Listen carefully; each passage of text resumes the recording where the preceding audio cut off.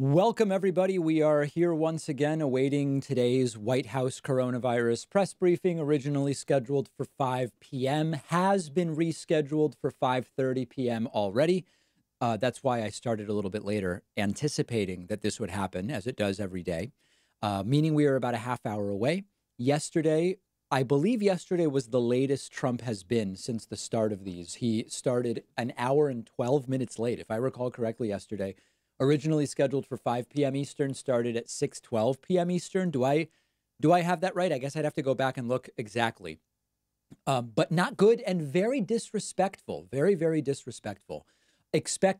So what do we have on tap this week? Monday was propaganda day. Trump played a 5-minute propaganda video in the press briefing room, maybe illegal in terms of a campaign finance, from the standpoint of a campaign finance violation.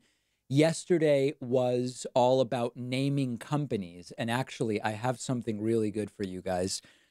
Let me see. I actually just remembered that I had it. And now I don't know where to find it. Let's see. Video format. Where was this thing? Oh, here it is. Okay. Check this out. Kareem made this for me yesterday. It was exactly as I described. Check this out. This is really good. Trump naming all of his company friends yesterday. Now, we have a list of people that I'll be speaking to over the next very short period of time, in many cases tomorrow.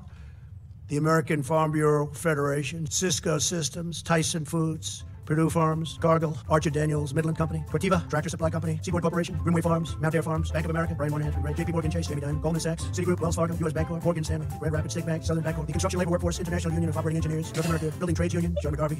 These are a lot of friends of mine. Laborers International Union of North America, Terry O'Sullivan, International Brotherhood of Teamsters, National Electrical Contractors Association, National Association of Home Builders, Association of Builders and Contractors, Associated General Contractors, G.H. Palmer, Lockheed Martin, Honeywell, Northrop Grumman, Raytheon, General Dynamics. We had ExxonMobil, Continental Resources, Chevron, Southern Company, Alabama Power, ConocoPhillips, Occidental Petroleum, Kinder Morgan, Hess Corporation, Pro Group, Blackstone, Bolson and Company, Citadel, Elliott Management, Vista Equity Partners, Robert Smith, Fidelity, MasterCard, Visa, Chubb, Sequoia, McDonald's, Darden Restaurants, Coca-Cola, Pepsi-Cola, Chick-fil-A, Subway, Bloomin' Brands, Yum Brands, Papa John's, Wendy's, Waffle House, Starbucks, Wolfgang Puff, John George, my friend John George, and Danielle. You know them. FedEx, United Airlines, UPS, JB Hunt, YRC Worldwide, Rowley, Maritime, Liberty, Media, Verizon, T-Mobile, Charter Communications, Comcast, New York Presbyterian, Jerry Spire, friend of mine, HCA Healthcare, Ascension Health, Common Spirit Health, Community Health Systems, Trinity Health, Cardinal Health, McKesson, 3M, Procter & Gamble, Abbott Laboratories, Johnson & Johnson, Merck, Pfizer, Thermo Fisher Scientific, Gilead Sciences, Regeneron, Biogen, Roche, Anthem, United Health Group, Aetna, Cigna, and Humana. We have Tim Apple, Google, Sundar, Oral Okay, that was an unfair cut. He didn't really say Tim Apple, but I love it. I love it anyway. Okay, that was yesterday. Okay, so yesterday was just like huge naming of companies, essentially, and I will post that as a standalone clip at some point soon. So today we are expecting one or two of the following two things. Number one, Trump's counsel to reopen America. Is he going to present it today? Earlier in the week, reported by Fox News that Jared and Ivanka, who Trump, if Ivanka wasn't Trump's daughter, he would date her, right? Remember, that's the one I'm talking about. They were supposedly on the council. Then Trump said they're not on the council. We're waiting to hear who's on the council. And then secondly, Trump is going to present a plan to reopen states, some states, even earlier than May 1st, he said. It seems like we're not at all ready for that. It seems like that would be a very bad decision. But that may be today, that may come tomorrow, it may come Friday. We don't really know. So if you're just joining me, those are the things we are waiting for. Now, a little personal aside, in the midst of everything going on with coronavirus, everything going on with, we've decentralized all of our work, all this different stuff. Last night, I go to fill my Brita pitcher at about 10:15 p.m. and the water comes out brown. The plumbing browned out yesterday, for lack of a better term, if I may. And not good. And it stunk. Brown, stinky water is not what you want coming out of your faucet. So, it's 10:15. I call the Boston Water and Sewer Commission. They pick up, it's screaming. It sounds like there's a murder going. It's chaos at the Boston Water and Sewer Commission. A guy tells me, boil it if you're going to drink it. Showering is fine. But then my neighbor called and they told a neighbor down the street, don't even shower with this stuff. We don't know what's going on. A water main broke, but it has nothing to do with the water main. We're flushing this, but insane. So I ended up having to boil water, and I had ice balls, like, you know, those big ice cube, like you can get a big round ice ball for like a low ball glass. I had 4 big ice balls in my freezer, and I put them in with the boiled water to make like lukewarm water that I could then brush my teeth with. So that was in the middle of everything. We had a brownout from the water system, and just terrible, terrible, terrible. And this morning, it was all basically resolved.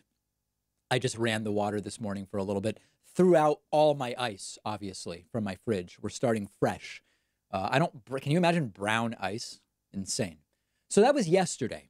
So now we're back to, hopefully normality today as far as the water goes. But we've got plenty of nuclear weapons in case anybody, that we have no shortage of whatsoever, but the water browning out.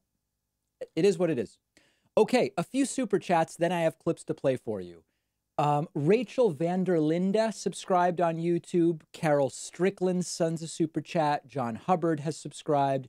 Zesty African says, should progressives gain leverage by not voting, or should we give in to the tendencies of a person similar to Stockholm Syndrome? False dichotomy. Many videos on my YouTube channel about it already. Inconsolable says, look like the protesting is heating up and getting crazy in Michigan. I have videos for you. Do you think it'll be reflected in the general or just a vocal minority? I don't know, but I've got clips. Paul JM says, David, can you announce the new Patreons in the same way Trump listed the name of the CEOs last night? Love the show. I will try to do that today, okay? So we have a goal of 25 patrons today. I will try to announce them in the way that Trump yesterday was announcing his friends, his CEO friends. Thanks to Paula Frust for the super chat. David Adams says WWE paid the Florida government to be essential. Well, Vince McMahon runs some kind of pro-Trump PAC or something, right? So, you could figure out the financial connection there. Seth Barham says, David, has your alcohol consumption increased since doing these regularly? My alcohol consumption is essentially down to 0 during quarantine. I don't smoke, and we know that smoking is not good if you catch COVID-19. And it's unclear about drinking, and it's not like I'm so into drinking. I think I've had 1 beer in the last month. Honestly, I'm almost just like too busy to even sit down and have a beer, but I have not. My drinking is down, very, very much down. Richard Testaflit says, got my mom and stepdad to watch today. Hi, Mom. Oh, hi to Richard's mom and stepdad. Beautiful. Unknown Prodigy says, I got my mom to watch today too. Go, David. All right, Mrs. Prodigy, welcome. And Amplitude has upgraded their membership on YouTube. Okay, let's get right to some videos. Somebody mentioned Michigan there. Let me find. Okay, so here's what's going on in Michigan. Check this out. These are 2 furious, judging by their physical age, at-risk individuals who are desperate to get things reopened, and they're mad, and they're protesting, mass rallying in a state with a ton of cases and very little testing, Michigan. I can't go between those houses. You can't buy paint. You can't buy lawn fertilizer or grass seed or whatever. I mean, come on. All statewide? Really? It's time for our state to be opened up. We're tired of not being able to buy the things that we need, go to the hairdressers, get our hair done. Yeah, if this guy is this desperate for manure, he should just watch the press briefings with me. And by the way, Amazon will ship you fertilizer. It'll take a little bit, but they'll ship it to you. I looked it up. Hardware stores are reportedly open in Michigan. They'll bring the stuff out directly to your car. You got to call your credit card in ahead of time. It's not only insane what this guy is saying and doing, it's also inaccurate, right? Because you can but I've never been this shaken up about lawn fertilizer, by the way. You should see what I have going on in my lawn. It's a shit show. I should be crying about lawn fertilizer, but I'm not. This guy is. He can get it. So that's what's going on in Michigan, and it is very, very toxic. Here's the other one. Okay. So we got that out of the way. Very, very good. I'll get back to that later. Okay. Here's Kellyanne Conway. Now, this is going to start as a goof, but it's going to get me into something serious. So please bear with me. As you know, COVID-19 is the virus caused by SARS-CoV-2. Kellyanne Conway here refers to COVID-19 as if it's coronavirus number 19, like we've had 1 through 18. And this is coronavirus number 19. So clearly the WHO should have been more prepared. They had 18 COVIDs to prepare. The president took decisive and immediate action the end of January to shut down flights from China. That was criticized by the WHO. It was criticized by other people as xenophobic and racist, and travel bans don't work. Well, this one sure did. So we have every right to know, and every right to know because of what's happened here in this global pandemic. But there's another reason. Some of the scientists and doctors say that there could be other strains later on. This can come back in the fall in a limited way. This is COVID-19, not COVID-1, folks. And so you would think that... This sheds a whole new light onto the movie K-9 Cop, right? I was always wondering, what happened to 1 through 8? My mom didn't know because we're from Argentina. She wasn't familiar with the series. This now explains to me what is going on. Now, of course, this is crazy. COVID-19 means coronavirus from the year 2019, but this does relate to something serious, okay? There's a lot we don't know, so I'm not presenting to you this to you as something I know, but it's something I've been reading about. We have all these asymptomatic positive tests for coronavirus, but there's a really important thing to remember. You've got SARS-CoV-2, which is the virus, and you've got COVID-19, which is the illness caused by the virus. The tests that we have right now in a hospital, tests for the presence of the virus, not for the illness. There's not a test for the illness. So there's the idea, this is just an idea, that some of these asymptomatic cases test, the thing goes in, you test positive for SARS-CoV-2, but you've got no symptoms. You may just not have COVID-19. Okay, so again, I'm going to say this in a different way.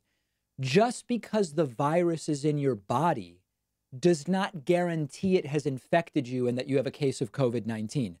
It's speculative. It's an idea. There's so much we don't know that we're learning. That could be an explanation. It may not be that all these positive tests are asymptomatic cases of COVID-19. They could be merely the presence of SARS-CoV-2, the virus that is in the body but has failed to infect the person. Am I being clear about that? I don't want to be confusing to people. Okay, it's not clear if I'm confusing people or not, but if I did confuse people, then I sincerely apologize. All right, that is that. I'll get back to this in a little bit. Okay, we're still standing by for live video here. Okay, let's see, other super chats. Nasty Question says, David, your streams are awesome. Thanks. Thank you. Foolish says, David, can I get a shout out to my wife, Leah, a nurse working for her 18th straight night today on the New York City crisis? Thanks for the stream also. Leah, thank you. We so appreciate the work you are doing and all other healthcare workers. You are putting yourselves at risk. We are working to get an emergency use vaccine for healthcare workers as soon as possible. The lead NIH person working on the coronavirus vaccine was on Anderson Cooper's show last night and explained they are hoping to have that available for healthcare workers in mid-October. And thank you so much for your great work, Leah. Micah Gelfand says, thanks for keeping it real with us, David. I appreciate the show. Massachusetts native and fellow tribe member. Yes, a belated Chag Sameach to Micah Gelfand. I could tell you some stories about the last name Gelfand, but they would not be appropriate for, they wouldn't be appropriate for this stream, that's for sure. Henry Vinson sends a super chat. Daniel Krieger says, Crystal informally invited you onto Rising today to discuss whether to vote Biden. She seems to disagree with you. Would be fascinating to see. She's got my number. She can invite me anytime. Casey Matthews says, your hair is too neat today. Please mess it up so it reflects how we feel. Yeah, I apologize. I went running today, but there's been a total lack of wind, so my hair stayed moderately under control. Debbie Hallstrom subscribes on YouTube. MW says, the David Pakman Show is my guilty pleasure. Oh, boy. Jamal Swift says, hey, homie, conspiracy theories correlating coronavirus aside, do you have any info about 5G being unhealthy to the general health? No, I have info about it not being unhealthy. That's the only info I have. David Pakman says, my uncle said coronavirus is hoax, like Russia collusion. He said Dems will do anything to destroy Trump and they hate America. Thoughts? That's what's called weaponized ignorance. Dennis says, Smithfield Cluster, Sioux Falls, South Dakota Gov says all okay. All right. Oriapaj says, David, I've got friends saying China's holding back virus research and are calling for punishment sanctions on the country. Is this true? And shouldn't we be trying to cooperate with them? You know, we can simultaneously say China does some bad things, but we're better off mostly cooperating with them on this particular issue, right? Like both can be true at the same time. If you're watching on Twitter, Twitch, YouTube, or Facebook, which should be all of you, we're standing by for today's White House coronavirus press briefing, scheduled for 5:30 p.m. Eastern time, just about 15, 20 minutes from now. We may hear from Donald Trump today the plan to start reopening some states. Which states those would be, we don't know. The official global count is now over 2 million coronavirus cases and 134,000 deaths. Now, unfortunately, the numbers have worsened dramatically here in the United States. It looked like we were over the peak. Things started to level out. Things also started to level out in terms of deaths and even decline. And then yesterday we had 2,400 deaths, the high. We already have 2,336 today with still many hours to go. We will likely set another new death record today. So if you think we're anywhere close to needing to open things up, you are very, very wrong. And what Donald Trump is likely to talk about today, if he talks about reopening states, likely to be very, very dangerous. The healthdata.org IHME model has still not been updated since April 13th, but this is a model that increasingly is of questionable accuracy. And there have been a number now of serious questions about its accuracy, including state level data. So at this point, I don't know what's going on, and I don't know how long we are going to have to wait until we really know when we are past the peak. But it's not clear we're even past it at this point. Very sad. Very, very sad to say. David Pakman, Germany branch officer. Where did that go? Branch office headquarters. David, I can only say all Americans should take a look at the corona crisis management of the German government. No comparison. Almost every country. I mean, okay, Brazil hasn't necessarily handled it better. It's not clear that Iran has handled it better. Almost every country has had a better response. Tactical Cupcakes says, have you seen the film Idiocracy? Feels like we're living in it right now. Love the show. Thanks for being an intelligence buffer for these briefings. I have seen Idiocracy. Yeah. David Pakman says, thoughts on Russia collusion 1-year anniversary. No thoughts, dealing with the virus. Bob Loblong says, White House keeps play propaganda at the briefing for Cheeto Benito's reelection. Couldn't say it better myself. Zachary Prakowski says, not to give Conway too much credit, but while this isn't the 19th coronavirus, it is the second one. This whole thing is SARS-2. SARS goes global, no? Yeah, there's no doubt that this is not the first we've ever heard of a coronavirus, but coronavirus 19 as the 19th coronavirus epidemic or pandemic is cuckoo for Cocoa Puffs. Absolutely crazy.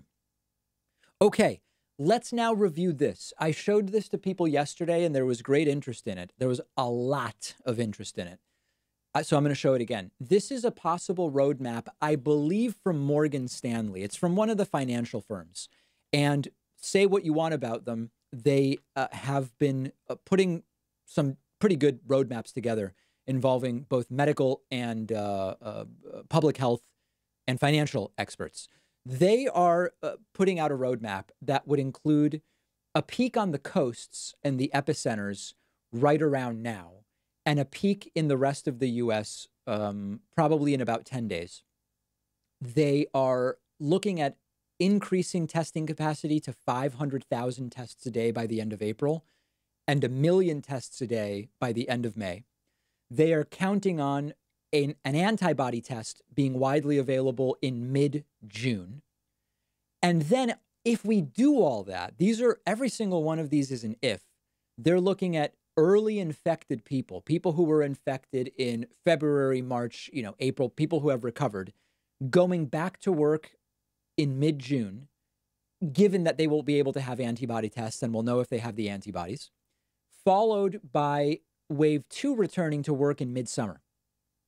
Even with this paradigm, The anticipation is that there will be a second wave, hopefully smaller, but we don't know, in November, starting in mid-November, and with a potential vaccine for healthcare workers in mid-October, and a potential vaccine more broadly available somewhere around March 15th, 2021. Every one of these elements is speculative. We don't know. It's a roadmap.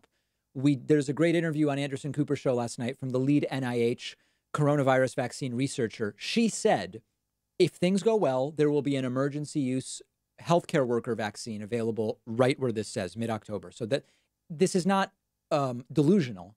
It just may not happen, okay? This is a very good roadmap.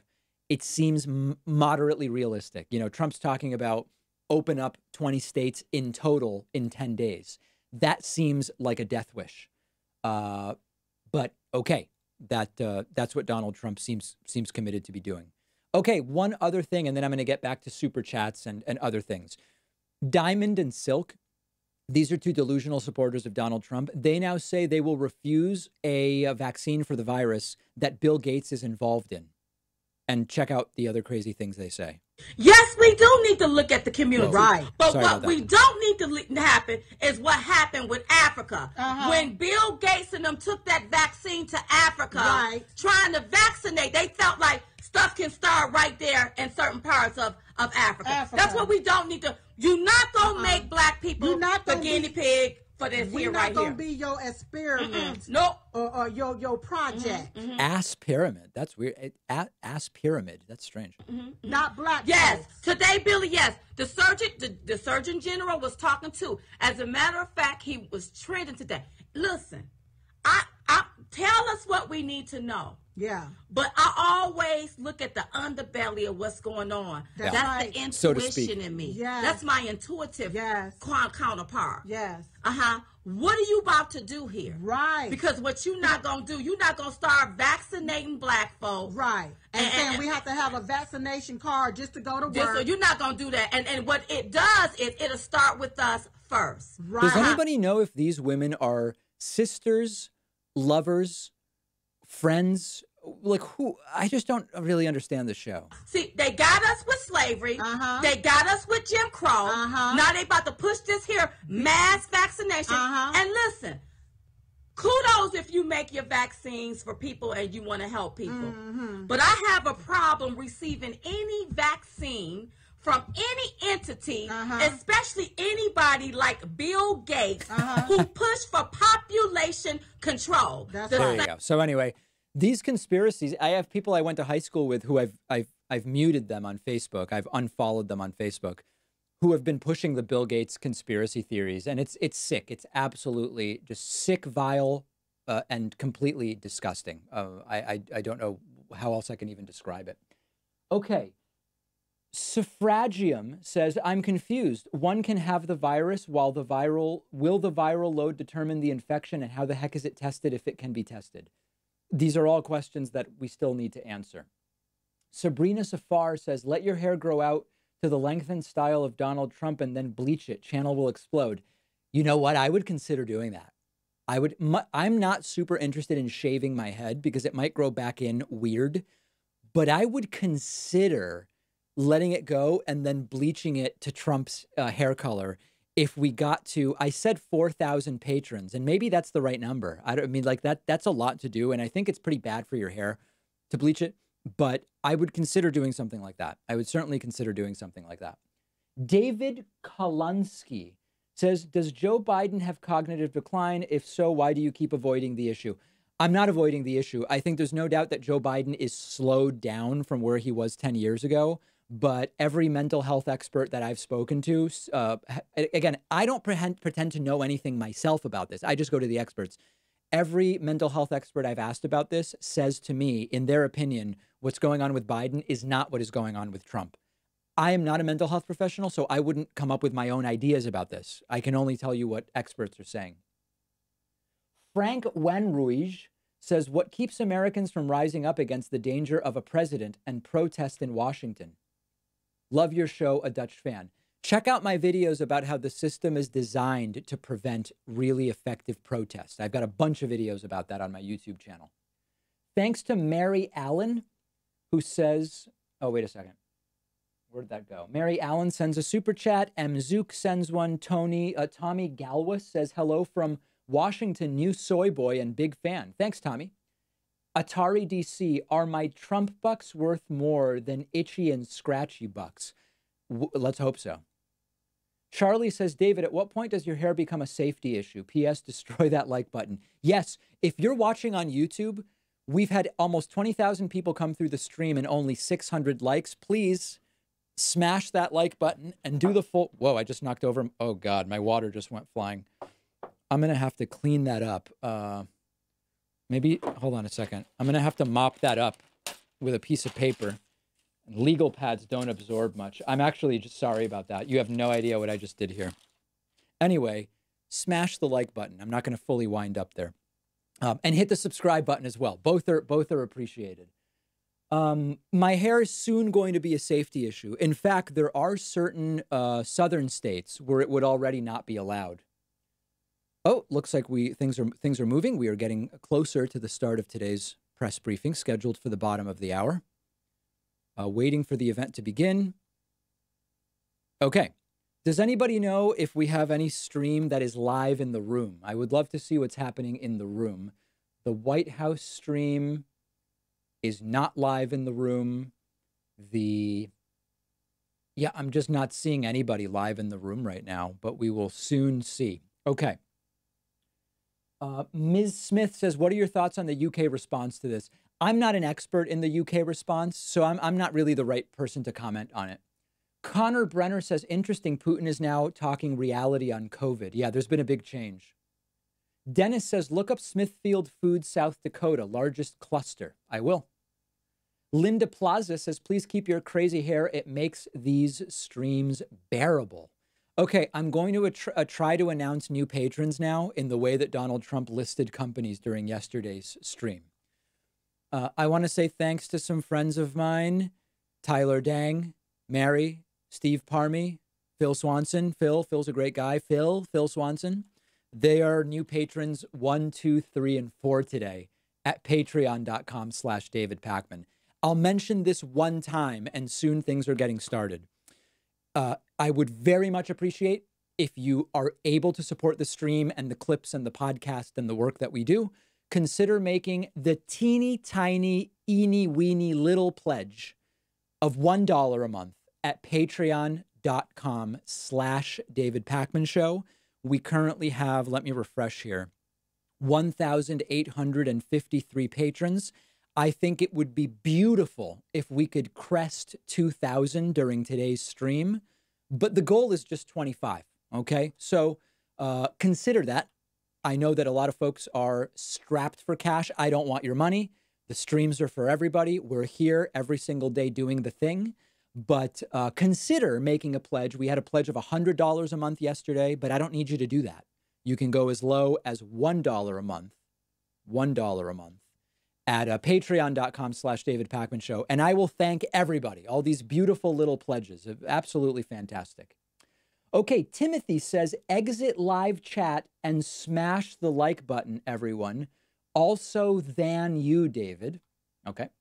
Mary Allen says, I feel empowered to push back on Trumpists after watching him through your show. Shout out to Governor Hogan and his team. He gave the ASL interpreter a citation today, like a speeding ticket, a citation today during his press briefing. Oh, like the good kind of citation. I got it. Ricky Williams. Oh boy, even fewer people here today. Ricky Williams. The fact that they brought by the way, the fact that they brought TVs outside is not a good sign if you believe in logic, reason, and truth. My prediction is that's not good for us. Ricky Williams says, Republicans, you can't demand another person's labor. Also, Republicans, we demand the country open now. The party of walking contradictions. Very much so. Let me say thank you to some very, very special Twitch goers. Dr. Sprite13 has subscribed with Twitch Prime. The Mike Lennon has done the same and says, keep up the good reporting, David. CNIJ Pels has subscribed with Prime. And Christy Mack has also subscribed on YouTube. So has It's Ya Boy DZ, who has subscribed with Twitch Prime as well.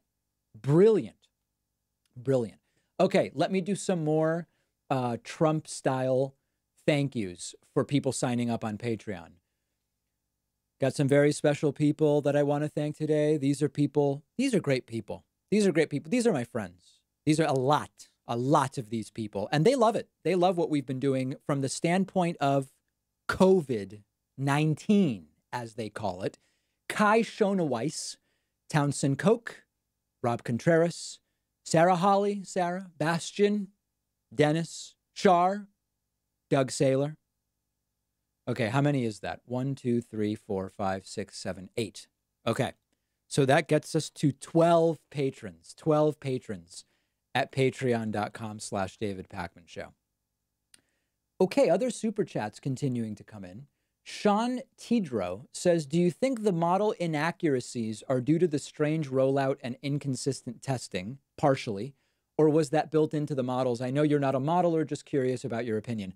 There's two things going on with models. Number one, modeling infectious disease is difficult. Number two, knowing about the model influences people's behavior, which changes the model, rinse, repeat, ad infinitum, as the kids these days say. So there's a number of important things to consider there.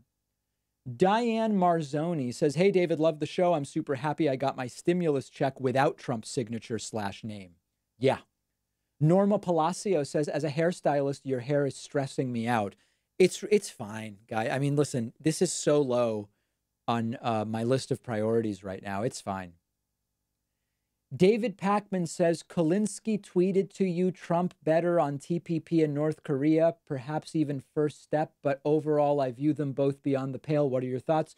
I think Joe Biden's clearly orders of magnitude better than Trump, and I'll be voting for him because we can't have Trump picking the next Supreme Court justice. We just can't. Agape Ascension grabs a YouTube subscription. Basty Dragon asks, thoughts on the money for the people bill being brought to the House? I've bookmarked it to look at. I don't have the full details yet. Noah Camacho says, would you debate Kyle on Biden could help undecided voters? You know, I'm not sure because I don't want to divide the left at all. And me debating Kyle, where our audiences have a lot of overlap, it could do more damage than it does good. So I want to be really careful. I don't want to take any action that could divide the left because I think that that's really a bad thing. E.B. Pryor says, do you wear any kind of mask when and if you go out? I haven't so far because I don't have one. But let me see. As many of you know, I'm filming from home now, and I have my my stuff here, my winter stuff. I guess I could use a scarf, and I guess I'd have to tie it up. Let me see if this is even possible. Okay, I guess I need to be able to see. Let me see. Hold on. I guess I could go out like this. Something like this, right? I'd have to, oh no, I think my face. Anyway, I think I'd have to use a scarf. I don't think I really have any other options because I just don't have any masks. I've not been able to get them. And I just don't know how you're supposed to tie it. I guess like this. Yeah, but I have not yet gone out with a mask. There are some grocery stores, though, that are going to be enforcing mandatory masks very soon, and they're looking at that very strongly. So I'm going to have to start, and it's just been because I haven't had one. That's really it. Okay, let me do a few other thank yous for patrons, and I'm going to try to do them. Oh, I thought I lost my earpiece there. Trying that on. I'm going to try to do them like Trump's thank yous yesterday. Remember this? Salesforce, SAP, SAP, J. Morgan, Microsoft, Facebook, IBM, Intel, Qualcomm, Cisco, Advanced Micro Devices, Broadcom, the NBA, Major League Baseball, NFL, UFC, PGA, LPGA, USDA, Major League Soccer, Okay, anyway, I think you guys get the idea. Okay, so new patrons today, very special patrons, people I want to thank. I want to thank Claudio and Melissa Wayman, Kai Wilcoxon, Wolfie, Samuel Swimmer, Jamie Littlenfeld, Janet Robinson, Jessica Deaton, Keela Bolin, Elizabeth Schmidt-Matson, Rob Squire. I have to also pretend to not understand some of the names, which is a big thing that Trump does. That's 11 more. That gets us to 23 patrons today. 23 patrons. Oh, and you know what? Team Aiken has quintupled their pledge from $2 to $10. So I'm going to count that as new patron number 24, just to be polite. I feel like this is a time of trying to come together and all of that stuff. Let me say thanks to one of the Smurfs for the Twitch subscription. One of the Smurfs says, don't know how you're able to do this every day. Good question. Snowy9M subscribes with Prime. Spooby says, ye never lose with their subscription. Alpha Buds says, hey, David, do you think the WHO hid things going on in China? It's possible. I don't pretend to know. I don't pretend to know. Okay, Donna Williams says diamond and silk are really zirconia and polyester. Disgusting. Good job, David, as always. AC Kraus says, just listen to Christian Drosten if you need information on the virus. He's the expert on viruses and is on Twitter at C_Drosten. Greetings from Germany. I will check that out. I'm not familiar with him. Okay, where did that go? Where was I? Oh, boy. Here we go. Mike says, I'm in Michigan. I know a few who were protesting a lot in the trades. Unfortunately, OAN may be the choice news of a lot of protesters. Lots of Republicans blame Whitmer's actions instead of Trump's inaction. Yeah, just totally misplaced blame. It's really sad. Townsend Koch says, predictions on colleges opening, high school senior. I really don't know. I'm already hearing from friends who teach at colleges that they may be doing the fall online, which would mean colleges will be open, but just not in person. I don't know. If you put a gun to my head and say, you've got to bet, is in-person college starting in September or not until January, February, I might go with January, February, to be perfectly frank. I mean, it's bad. The numbers are really bad. Graph Zero says, frustrating thing about testing. They tell you a negative test does not mean you don't have it. Found that out yesterday, sick for almost 3 weeks. Squarely says, from Sweden, after Bernie's latest interview saying it's ridiculous not to support Biden, his word was irresponsible. Have you seen a decline in Bernie or Busters? No, so far they've been furious. They've been very, very angry. Beetle Greg says, hey, David, who's your favorite wrestler? I've never watched professional wrestling. Armando Uribe says, please do a video debunking these insane conspiracy theories about COVID. Too much disinformation going on. Stu Guy says, where's Fauci? He wasn't there yesterday, was he? I believe Fauci was not there yesterday, and we will see if he is here today. Okay, a few other patrons to thank. I'm going to do them kind of the normal way now. New patron number 25 today is Olga Martinez. New patron number 25. Let's go for 50. Tracy C is new patron number 26 today. And Stephen Dubinsky is new patron number 27 at patreon.com/David Pakman Show. Thank you so much. I really appreciate your support. And remember, we are here just about every day around the same time, taking your questions, seeing what sort of propaganda, disinformation, delusions come from the press briefings, sometimes with a little bit of sense from a doctor or two. If you are watching on YouTube, please consider pressing the like button and pressing the subscribe button. Both are very useful to us. I had a beautiful, perfect phone call recently with my YouTube rep. He was very excited about the rate of subscription growth on YouTube. We have been, we rocketed past 823,000, 824, 825. We're at 826,000 subscribers, maybe 827 within a day or two. So I have only you guys, to thank for that. Really, really appreciate it. Liz Francis says, hey, from Michigan, big fan. Thanks for doing the show. You're the only voice of reason. I'm not the only, but I appreciate the sentiment. Lene Reimer sends a super chat. Zachary Foster says, Fauci did say small events in sports are possible in May without fans in a week-long interview. What are your thoughts on this? Yeah, I think it's possible. Mark Kemp subscribes. Boiled Frog Cobb Feffy sends a super chat. Vazil Vanda says, David, you should go for Liberty spikes. Is that like a spiked mohawk of some kind? I don't know that I know what that is. Jerry Robeson says, hey, David, love the show and your insights to this disaster.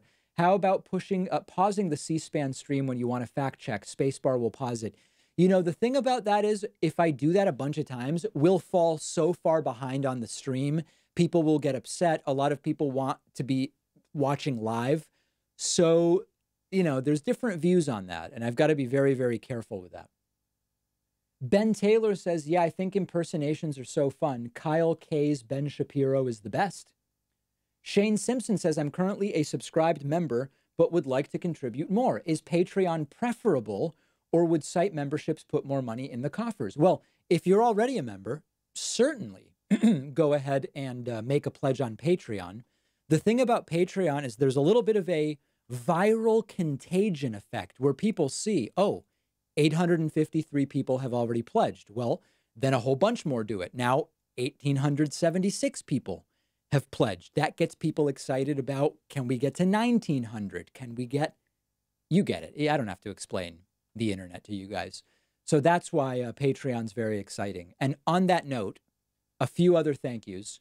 I want to say thanks to Eva Feller has more than doubled her pledge, and she's number 28. Rebecca Cowan is new member number 29 today. Garang Ketan is number 30 today. Denise Long is number 31. Marco Fabri is number 32. Michael Blanco is number 33. David Lurie is number 34. And Joy Avery. Joy, thank you. You are new patron number 35 today. Today's press briefing was originally scheduled for 5 p.m. That was 38 minutes ago. It was rescheduled to 5:30, and we are at now 8 minutes past that. So, you know, your guess is as good as mine. Yesterday, I think, was the latest it's ever started. It was scheduled for 5, and it ultimately started at 6:12 p.m. Eastern time, which is crazy, crazy, crazy, crazy. Let me say thank you to Amenzor for subscribing with Twitch Prime. Rapid Thor has subscribed with Prime. Jolin, that's hard to pronounce, has subscribed with Prime. Aguz20, Action WD, Usalane, Waneo, and Sleep Mode have all subscribed with Prime, and I very much appreciate that. Thomas Powell says sales of toilet rolls to self-isolate, 7. I don't even know what that means. Sales of toilet rolls to self-isolate, 7. I don't get that. I don't know. Essential says, do you think Florida's numbers are accurate? Well, so here's the thing about Florida. Let's pull that up. So, Florida claims to have 22,000 cases, 596 deaths on the basis of 10,000 tests per million people. I don't think they're particularly inaccurate, although I would wonder, with Florida has I believe it's the 5th oldest population, median age population in the country. I would wonder if there are older folks in Florida that are dying from the virus, but are never getting tested and potentially not showing up in the death numbers. I'm just not sure. Satirical Symphony says, did you see the public protest crowd in Michigan today? Yeah, we played some clips of it earlier, including some of the protesters. Connor Brenner says, unfortunately, David, I think it's only going to get worse. Imagine what these misinformation campaigns will be like in 10 years with deep fake technology if we remain this ignorant as a nation. I'm as worried as you are, my friend. Kane Vincent says, are you expecting more bailouts or stimulus checks in the future? I am leaning that way because it seems that, I'm getting a chair out of the way there. It seems this is going to go for a while. It seems this is going to go for quite some time. Pat O'Brien says, no way. Oh, it's that. Love the streams. Long live the Vivid Edge and Interskate. Yeah, Pat O'Brien. I've known Pat O'Brien for, wait, how old am I? I think I've known Pat O'Brien for 20 years. I hope you're well, Pat. Hope your family is doing well. And great to see your face and name pop up here. Jeremiah 5. If Caitlin Collins is leaving, that suggests it's going to be a while. Unless it's just getting chilly. If she walks away, we're in for something very, very bad here. Please sit back down. Is she leaving? She's sitting back down. Okay. I was about to get very worried. Jeremiah 593 says, hey, David, how do you intervene with friends who are going deeper down the conspiracy rabbit hole without making them more defensive and entrenched? I don't really have any close friends that are down the rabbit hole, so it just doesn't really come up. Sometimes I'll see somebody like I went to high school with on Facebook post some cringe conspiracy stuff, and I will typically ignore it. I'll get involved once in a while, but I don't have any close friends who believe that stuff, at least not that they tell me. If they believe it, they're keeping it quiet. Maybe because they know I would not take kindly to it. Okay, let me say thank you to some new patrons. Audi Kennedy is new patron number 36 today. Diane Marzani is new patron number 37. Mitch Hall is new patron number 38. Shane Simpson is new patron number 39. Jennifer Bunn is new patron number 40. And I think that's everybody. Yes, okay. I'm very, very much caught up there. Thank you. Really appreciate that support. I see a bunch of people asking what's the most people I've ever had on a stream. I think it's about 12 to 13,000 across all of our platforms. So we stream live on Twitter, Twitch, YouTube, and Facebook. So like right now, we've got 6,400 on YouTube, 1,200 on Twitch. So that's 7,600. We've got close to another, call it 800 on Facebook. So that's like 8,400. And then on Twitter, we really don't get a big streaming audience on Twitter. So we've got our 8,400 and 100 on Twitter, so 8,500. I believe that the best we've ever done, like at peak stream, is 12 or 13,000, something like that. Yeah, and it's possible that it's more, and I didn't quite notice. I could have been very much wrapped up in watching the propaganda.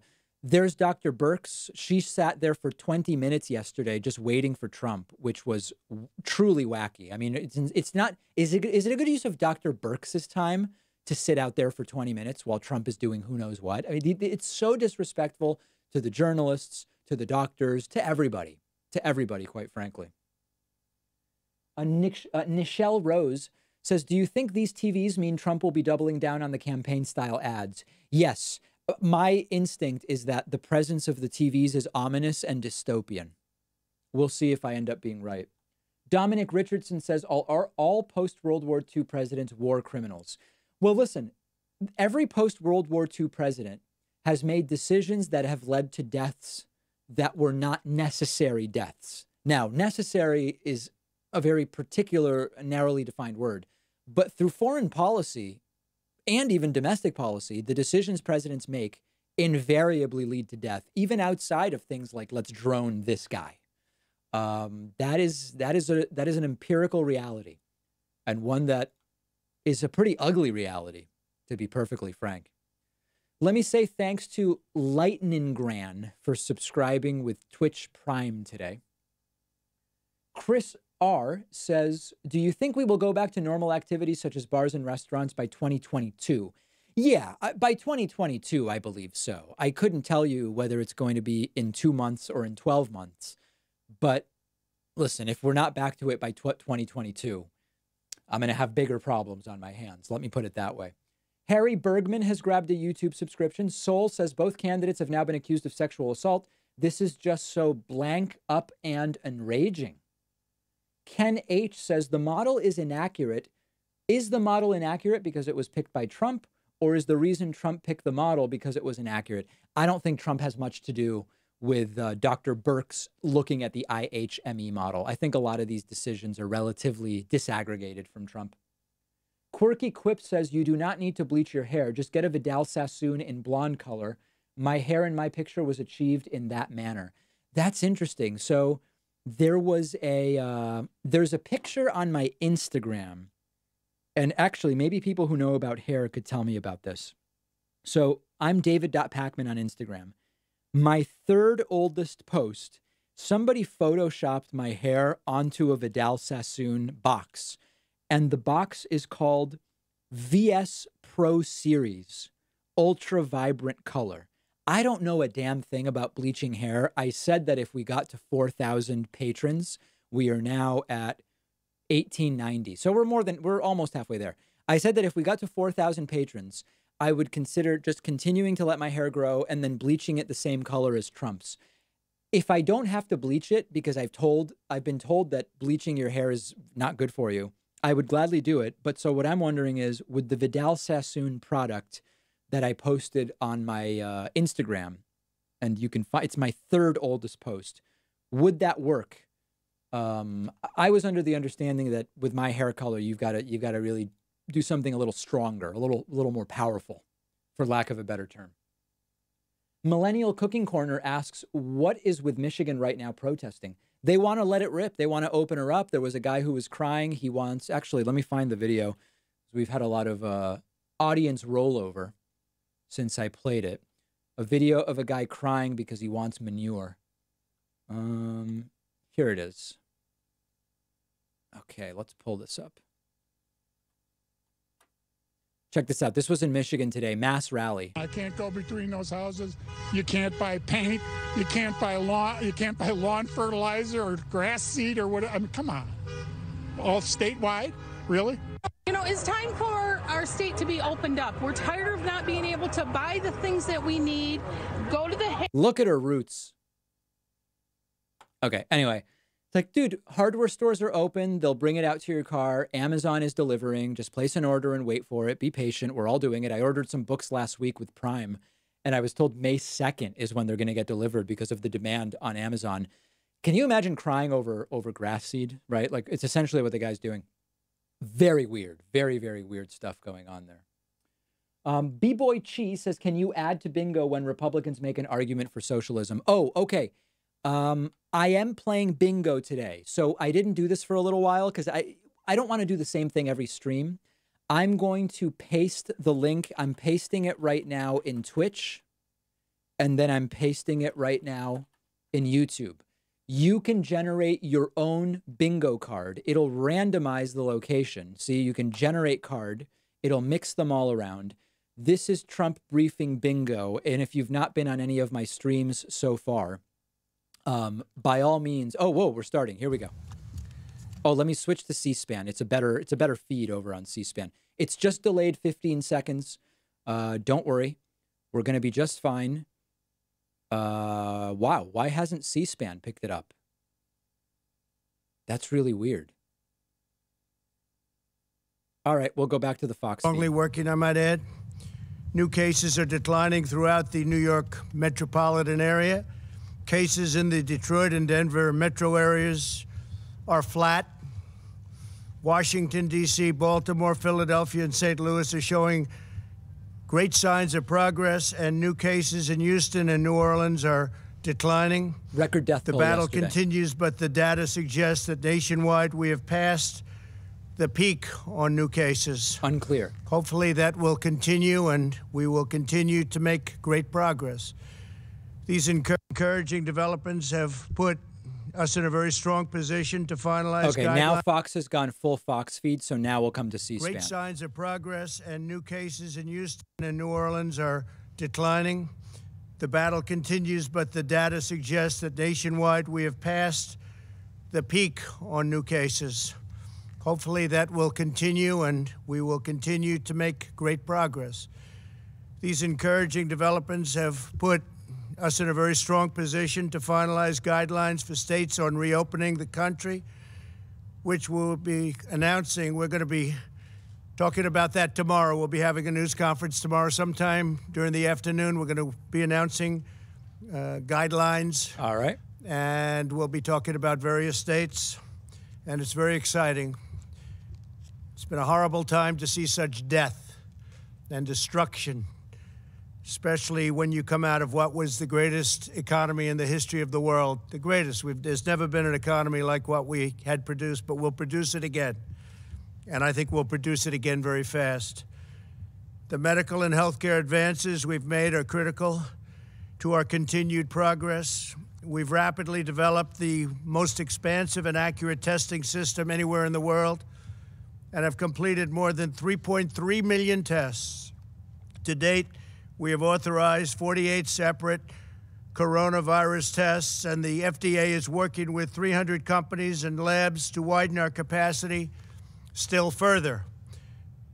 Today, Abbott Labs announced that it has developed an antibody test that will determine if someone has been previously infected with the coronavirus and potentially developed immunity. It's a great test. The company says these tests could be available to screen up to 20 million people in a matter of weeks. My administration is also distributing vast amounts of medical supplies to states across the country through Project Airbridge, which has been an amazing success. Oh, no.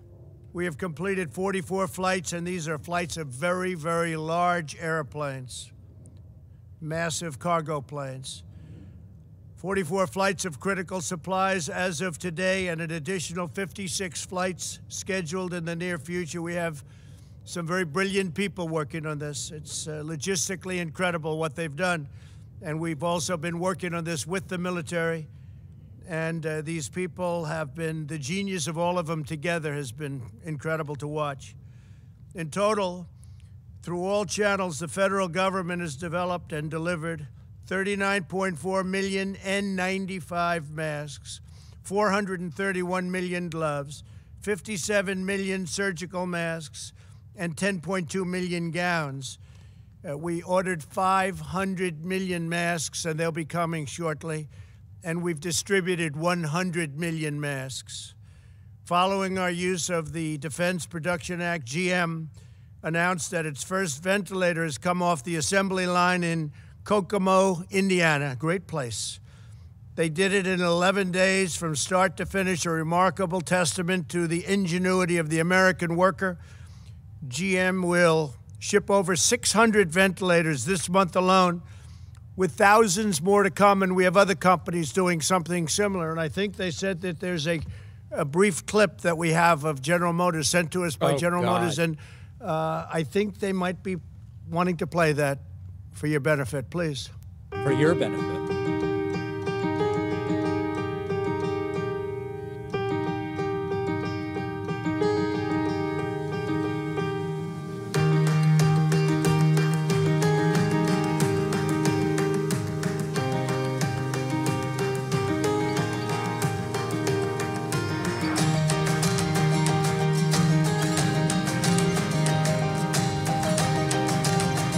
More interesting than the briefings normally are.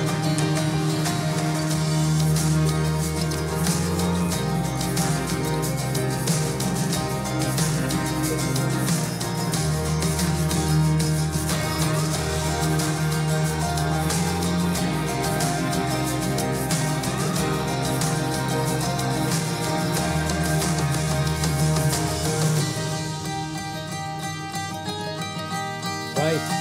Great commercial.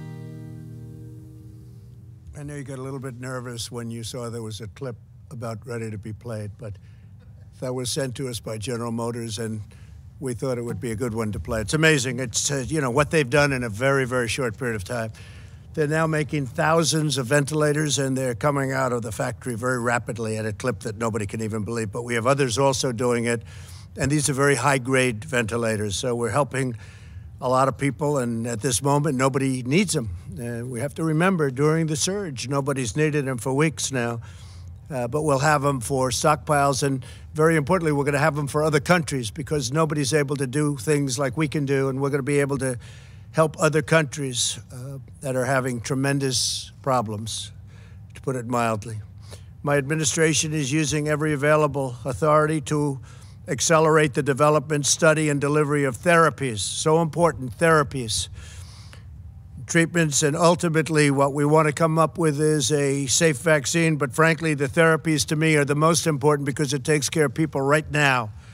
The vaccines have to be tested, so it takes a longer period of time. But we have some great potential therapies already, and we'll see how they're working.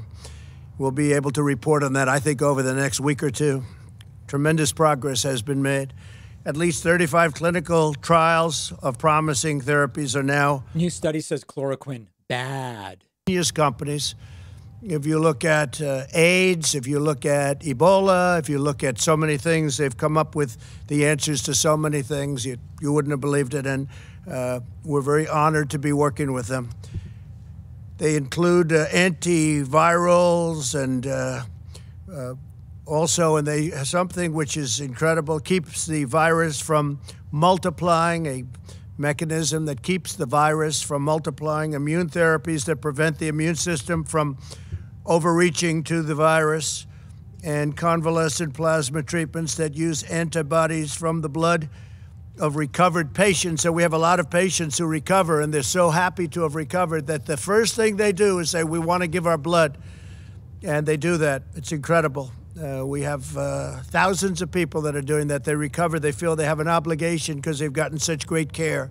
Right. And a lot of them didn't think they were going to make it. As the entire U.S. government works to combat the global pandemic, it is absolutely essential that the key positions at relevant federal agencies are fully staffed, and we're not allowing that to take place through our Congress. They're just not giving it to us. We have many, many positions that are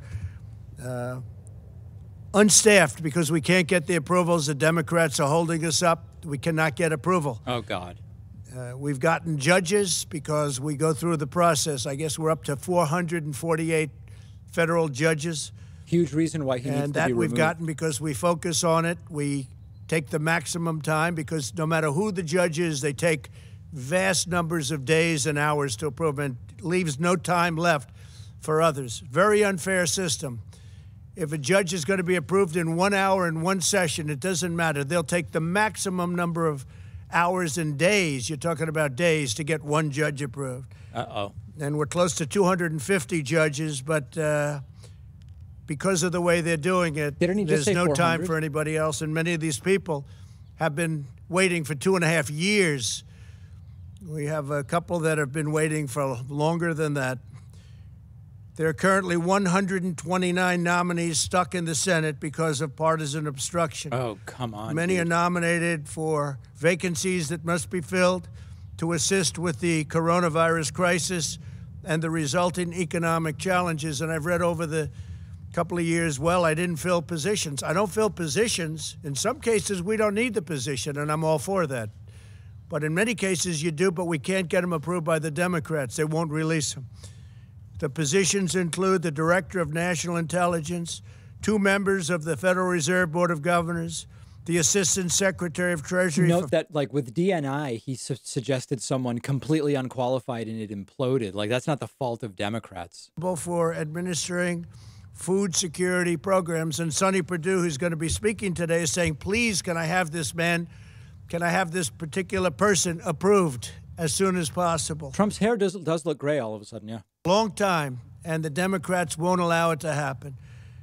Again, every single judge, every nominee we have goes through maximum, or at least they go through a long process. So it takes days and days, and there's no time left, and it's just a concerted effort to make life difficult.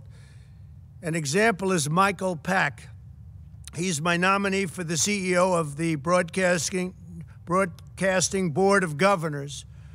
And he's been stuck in committee for 2 years, preventing us from managing the Voice of America. Very important. Oh, and if you man. heard what's coming out of the Voice of America, it's disgusting.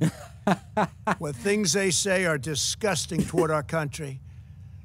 And Michael Pack would get in. He'd do a great job, but he's been waiting now for 2 years. Can't get him approved. The Senate has left Washington until at least May 4th. The Constitution provides a mechanism for the president to fill positions in such circumstances. The recess appointment, it's called. Right. The Senate's practice of gaveling into so-called pro forma sessions where no one is even there has prevented me from using the constitutional authority that we're giving. that we're given under the recess provisions. The Senate should either fulfill its duty and vote on my nominees, or it should formally adjourn so that I can make recess appointments. We have a tremendous number of people that have to come into government, and now more so than ever before because of the virus and the problem. We have to do it, and we have to do whatever we have to do. They've made it very, very difficult to run government. I don't think any administration has done anywhere near what we've done in 3.5 years. But every block, every week, they put up roadblocks. Whether it's Russia, or whether it's impeachment hoax. Oh, boy. Or whatever it may be, it's always roadblocks and a waste of time. If the House will not agree to that adjournment, I will exercise my constitutional authority to adjourn both chambers of Congress. The current practice of leaving town while conducting phony pro forma sessions is a dereliction of duty. That's going to be a fight that the American people cannot afford during this crisis. It is a scam what they do. It's a scam, and everybody knows it. And it's been that way for a long time. And perhaps it's never done before. It's never been done before. Nobody's even sure if it has, but we're going to do it. We need these people here. We need people for this crisis, and we don't want to play any more political games. I've been waiting for 2.5 years, 3 years for some of these people. And they're great people. They left law firms. They left jobs. They gave up everything to do it, and they've been waiting for 3 years, 2.5 years, 2 years, 1 year to get approved. It's ridiculous. And everyone knows they're going to be approved. Trump's on fire. But there's only so many hours in the day when you go through judges and you go through lengthy hearings on judges that they know should be approved immediately, and they could do it in one session, and they could do it in 1 hour. And instead it takes them many days. In order to advance the health and security of our nation and all nations, as we announced yesterday, the U.S. government has put a hold on funding to the WHO, World Health Organization, pending a review of the organization's cover-up and mismanagement of the coronavirus outbreak. Over the objections of the WHO, we took decisive action and early life-saving action to suspend travel from China. They didn't want to do it. They were angry that we did it. It was early on. They were angry that we did it. Took them a long time to realize what was going, but I have a feeling they knew exactly what was going on. Tragically, other nations put their trust in the WHO, and they didn't do any form of ban. And you see what happened to Italy. You see what happened to Spain. You see what happened to France. WHO's guidance had failed to control their borders at a very crucial phase, quickly unleashing the contagion around the world. That was a horrible, tragic mistake, or perhaps they knew. I'm sure they didn't know the gravity of it, but perhaps they knew.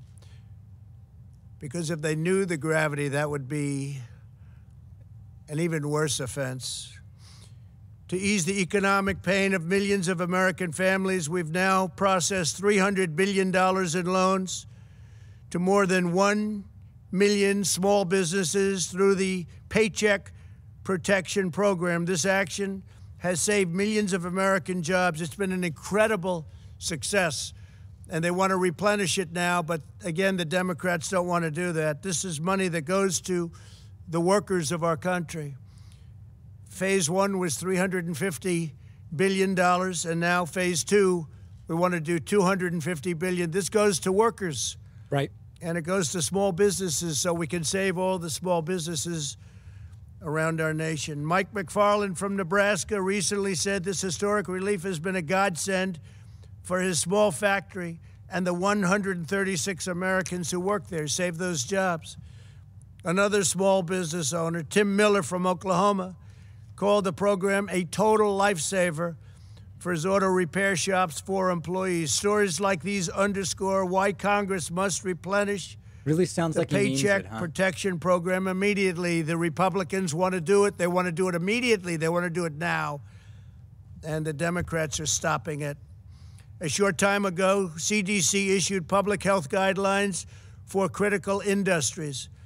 In a few moments, Agricultural Secretary Sonny Perdue will elaborate on how these guidelines apply to our nation's dedicated workers in the food processing profession, because it's a profession. It's incredible what they do. Food processing, and they're keeping our grocery stores full. The shelves are not bare like the shelves that I inherited when we took over the stockpile, the medical stockpile, where the shelves were bare. The cupboard was bare, I say. Tomorrow I'll also be leading a call with elected officials who will consult with my administration as we work to restore our economy to full speed. And we really think with all of the stimulus and all of the pent-up demand, we're going to have an economy that really comes back quickly, and would like to see it more than match what we had before. What we had before was a miracle, and we think this is going to be even more than a miracle. We're going to do it because we have the greatest people in the world. We'll also be speaking to America's governors tomorrow, and then we'll be announcing exactly what's happening. You already know we'll be opening up states, some states much sooner than others. And we think some of the states can actually open up before the deadline of May 1st. That'll be a train wreck. And I think that that will be a very exciting time indeed. Governors are looking forward. They're chomping at the bit to get going. Again, not all states are the same. They're very different. Some are having very little problem. Some have done such a good job that they have very little problem, and they're ready to go. So Vice President Pence and I will be speaking with the governors tomorrow. We'll be discussing procedures. Today I spoke with the leaders of many of our nation's most renowned companies and organizations on how to achieve the full resurgence of the American economy. My discussions included top leaders in health and health care, transportation, technology, financial services, food, beverages, hospitality, real estate, retail, agriculture, construction, energy, labor, manufacturing, and sports industries. We want to get our country open again. We want to have our sports leagues open. You want to watch sports. It's important. We miss sports. We miss everything. We want to get back. These experts and innovators provided extremely productive feedback on how to safely reboot our economy. They gave us a lot of great ideas. We spoke to a lot of very, very smart people. The highest of the high tech. The level of IQ on some of those calls was about the highest you've ever seen on a phone call, that I can tell you. But we have a lot of great thought went into those calls, and a lot of questions came out, and also statements, very strong statements as to what they recommend. I think it was a great day. We did a lot of calling with a lot of very prominent people, but more importantly, very smart people and people that love our country. They talked about the vital importance of our wide array of relief measures to address the present crisis, and they provided valuable insights on how to move forward, including on the role of protective gear, where we have tremendous amounts of protective gear coming in, robust testing, and the future use of therapies and treatments. They also underscored the crucial importance of strong supply chains and communications infrastructure. We're talking about infrastructure for the middle of our country. We're talking about broadband and things that they frankly don't have and haven't had for a long time because a lot of politicians forgot about them. Can't forget about them. They're really the heart and soul. Can't forget about them. And we're talking about the telemedical. It's a new thing, and it's incredible what they've been able to do.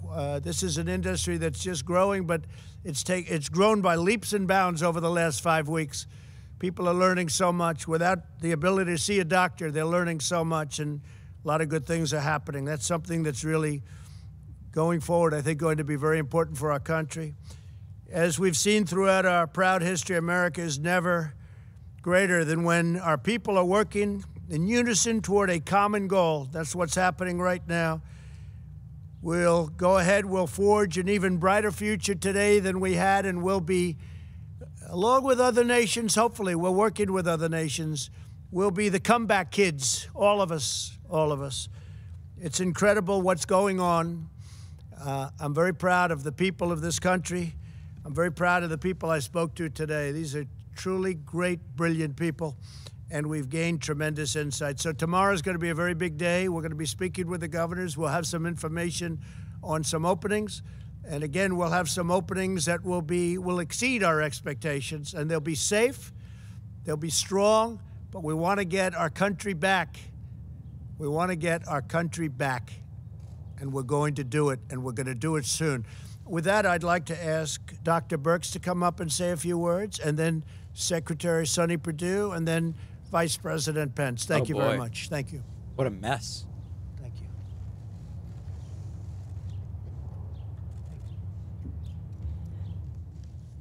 Thank you, Mr. President, and thank you for summarizing the states and what we're seeing. So over the last 5 to 6 days, we've seen declines in cases across the country, and this has been very reassuring for us. At the same time, we know that mortality and the fatalities that we're facing across the United States continue. We know the number of people who are still in the hospitals, in the ICUs, and we want to continue to recognize the healthcare workers who are on the front lines and really recognize how low the United States case fatality rates are compared to other countries. And this is really due not only to our technology, but how that technology is utilized to save lives. At the same time, I'm inspired by the American people who continue social distancing. These cases continue to decline because of the strong work of the American people. Also wanted to let you know that we do have 9 states that have less than 1,000 cases and less than 30 new cases per day. So we're looking at states and metro areas as individual areas. We talked before how each of these curves are different. Each of the cases' experiences are different. We have some states like California and Washington State, Oregon, that never really had a peak because of so much work that their populations did to decrease and keep the new cases down. So each of these individual states and individual metros are being studied very specifically. I do want to highlight, and we are remaining concerned, and we've been having discussions with Rhode Island. Rhode Island and Providence are in a unique situation. First, they had increasing cases from the New York City area, and now they have new increasing cases from the Boston area. They're caught between 2 incredible hot spots in the country. They're doing an extraordinary job. They're caring for the individuals in the front lines, but Providence continues to have new cases. And we do continue to work with specific states that have specific outbreaks related to individual occurrences. I will just remind the American people again, this is a highly contagious virus. Social gatherings coming together, is there always a chance that an asymptomatic person can spread the virus unknowingly? No one is intending to spread the virus. We know if you are sick, you will stay home. But to all of you that are out there that would like to join together and just have that dinner party for 20, don't do it yet. Continue to follow the presidential guidelines. We really appreciate the work of the American people. We see as a country we're improving. We see as metro areas we're improving. We see as communities, as counties, and as states we're improving. But that also still requires everyone to continue to social distance. And in the end, we do have states that have very few cases and very few new cases. And so these are the ones the president is referring to that have been silent, relatively silent throughout this epidemic and pandemic that many of us have faced. And so these are the groups we're working with very specifically, and each of these governors and each of these mayors will have to make decisions after generalized guidelines are put out so that they can do what's best for their communities. They are at the front line. And I wanted to conclude by really thanking my PEPFAR teams around the world who have been working tirelessly throughout the world to ensure that Africa and Asia doesn't experience this level of infections that we have seen here. They've turned over their capacities from their embassies. Our U.S.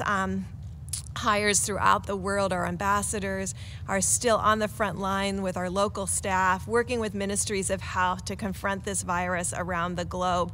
And I assure you that they are continuing to invest in the health structures, the laboratory, and the frontline care to ensure that all of the work that we have done against TB, HIV, and malaria continues, but that we use our capacity, our laboratories, our clinics, our hospitals that have been built by the American people and the generosity of the American people to really combat this COVID-19 around the globe. Thank you. Thank you very much. Thank you, Doctor. Sonny, please. So we can probably figure out which states those 9 are. Thank you, Mr. President, for the opportunity to be here with you today, and to I want you to know it's an honor to represent you in leading the Department of Agriculture and represent the constituency who are crucial in maintaining our nation's food security, enabling us to keep food on the table of our American families, not only just food, but wholesome and safe food as well. I'd like to start my remarks today by echoing what my colleagues at the CDC have been saying regarding the health and safety of our essential employees across the United States. CDC's provided strategies there that aimed at helping our most critical workers, both in healthcare and in food processing, to quickly and safely to return to work after potential exposure to COVID-19, provided those workers are symptom-free.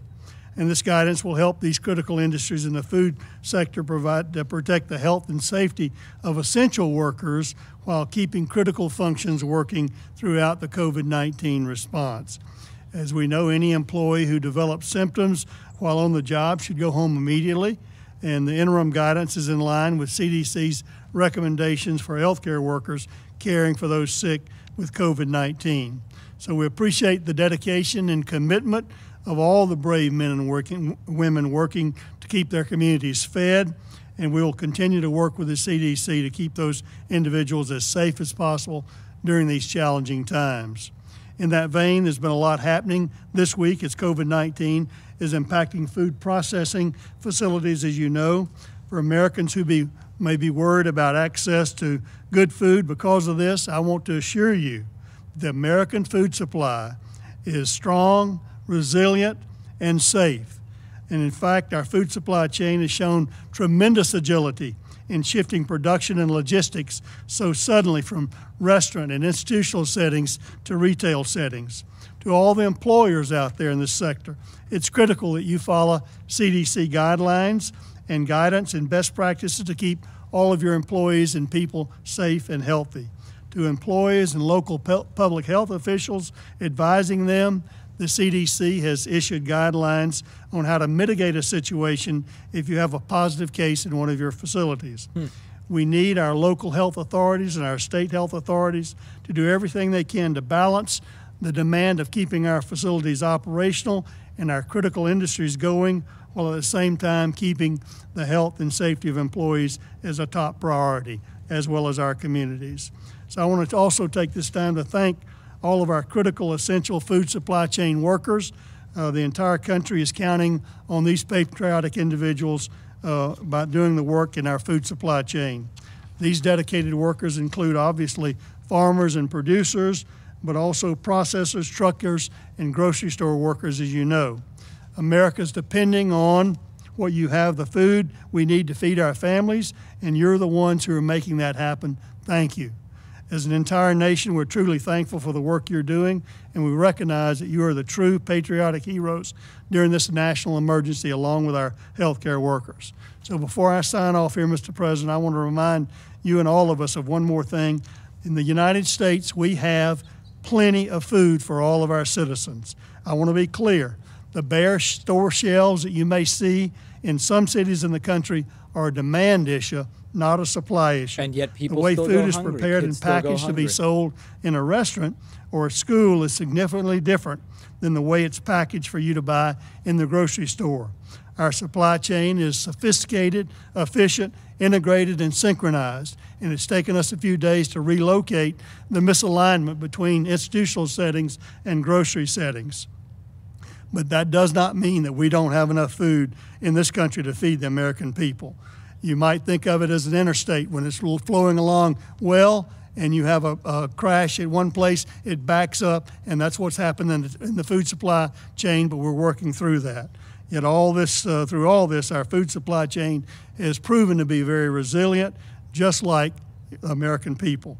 To the extent we have challenges, we have and continue to need to work through it all together. And we can and we will get through this with a whole of American approach, Mr. President, the critical partnership between state and local health officials, management of companies, and the employees. And we will meet any challenges we face by working together. Thank you, sir, for the opportunity. All right, dude. Thank you very much. And before the Vice President comes up, I just wanted to say, speaking of Sonny, China has paid us billions of dollars, many, many billions of dollars in tariffs. Which, that's a lie. We pay the tariff. We've distributed some to the farmers because they were targeted. We have many billions of dollars being held by Sonny, and I've told him to distribute much of that money to the farmers. Our farmers were targeted, and now they're benefiting by the amount that they were targeted. And we are very honored to do that. And Sonny, you're going to start that process very soon. You'll let the farmers know. Nobody can take advantage of our farmers. So other than you, I guess. We have a lot of money that we've taken in from China. We're going to be distributing that money. How does he not get we pay the tariff? From Sonny to the farmers. Still. And there's tremendous money over and above that. That money was paid directly into the Treasury of the United States. This has never happened to China before. They never gave us 10 cents. Now they're paying us billions of dollars, and we appreciate it. So thank you very much, Sonny. Great job. Please. Mike, please.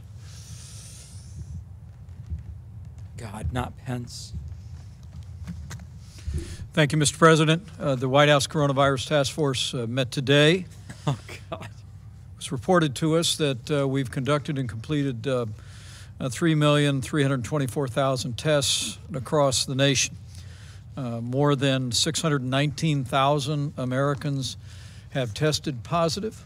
But as you reflected yesterday when we welcomed coronavirus survivors here to the White House from across the country, some more than 45,000 Americans have fully recovered. Sadly, we mourn the loss of more than 27,000 of our countrymen. Our hearts are with their families and with the families of all of those that continue to struggle with the serious consequences of this illness. But as Dr. Birx just reflected, despite the heartbreaking losses, we're getting there, America. Because of the efforts of people all across this country to put into practice the President's coronavirus guidelines, because of their adherence to the direction of state and local authorities, as Dr. Birx just reflected, we see great signs of progress from the West Coast to the East Coast. President Trump has directed our team to develop new guidelines that will be presented tomorrow to our nation's governors and released to the American people thereafter. The American people will be encouraged to know that as we stand here today, 24% of the counties of this country have no reported coronavirus cases. In fact, half of the states in America have less than 2,500 cases per state. This is a great tribute to the efforts by the people of those communities. But as the President suggested, when we unveil the guidelines that the team has been working to present tomorrow to our nation's governors, we're going to reflect on the fact that, as the President said, there will be areas of the country that will require continued mitigation and strong efforts, and there will be other areas of the country that will be given guidance for greater flexibility. The President has so directed our team.